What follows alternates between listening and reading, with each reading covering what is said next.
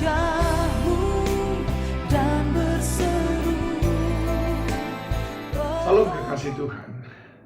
Ketika Yesus tinggal beberapa saat lagi untuk ditangkap dan disalibkan, dia berbincang dengan murid-murid, dan pada waktu itu Yesus menyampaikan bahwa dia akan ditangkap. Tetapi tiba-tiba Petrus datang dan berkata, "Guru, aku tidak akan mengizinkan seorang pun yang menangkap engkau. Mereka harus berhadapan dengan aku terlebih dahulu, dan aku rela mati demi engkau." Mengapa Petrus mengatakan demikian? Tentu saja selain daripada dia mengasihi gurunya, tapi di sisi lain menurut dia itu adalah sebuah pandangan yang keliru. Dia tidak merasa bahwa kematian Kristus itu akan mendatangkan kebaikan bagi dirinya sendiri, bahkan bagi manusia, termasuk saya dan saudara pada hari ini. Karena dia tidak memahami apa yang Tuhan pikirkan, maka Yesus menghardik dia. Bahkan Yesus berkata, "Engkau iblis, sebab engkau tidak memikirkan apa yang dipikirkan Tuhan, tetapi engkau hanya memikirkan apa yang dipikirkan oleh manusia."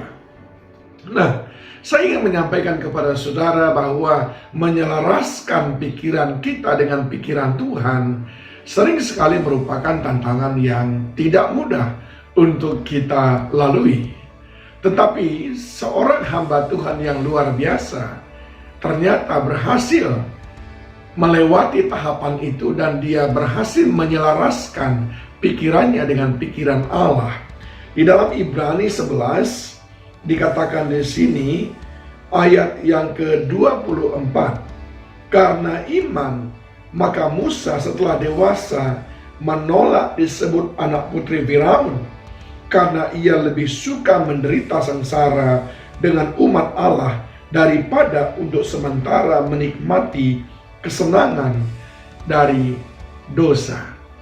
Musa punya peluang yang begitu besar sebagai anak seorang kerajaan. Musa punya peluang sedemikian besar sebagai pejabat di kerajaannya Firaun.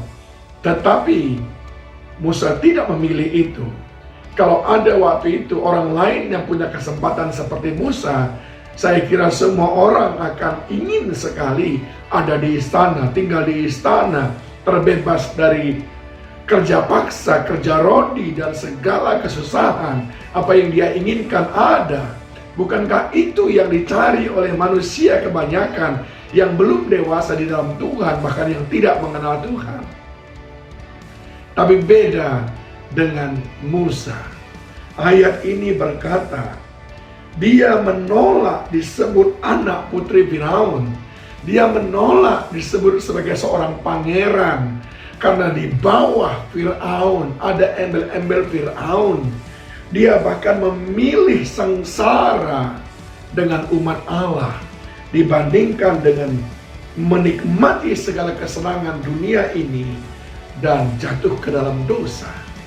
Ini sesuatu yang luar biasa, saudaraku.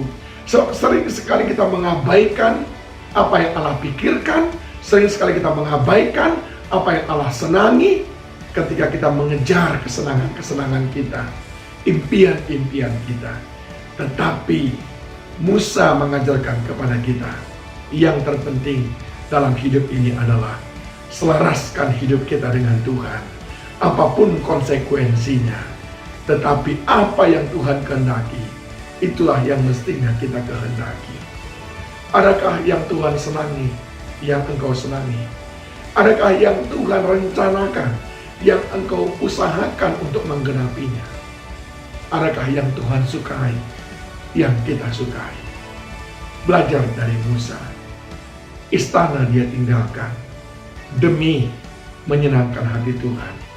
Dan kita sudah tahu, 40 tahun dia mengembara di padang gurun, disusahkan oleh begitu banyak orang. Tapi dia memilih seperti itu. Yang penting Tuhan senang daripada hidup di dalam dosa. Mari hidup selaras dengan Tuhan. Tuhan memberkati.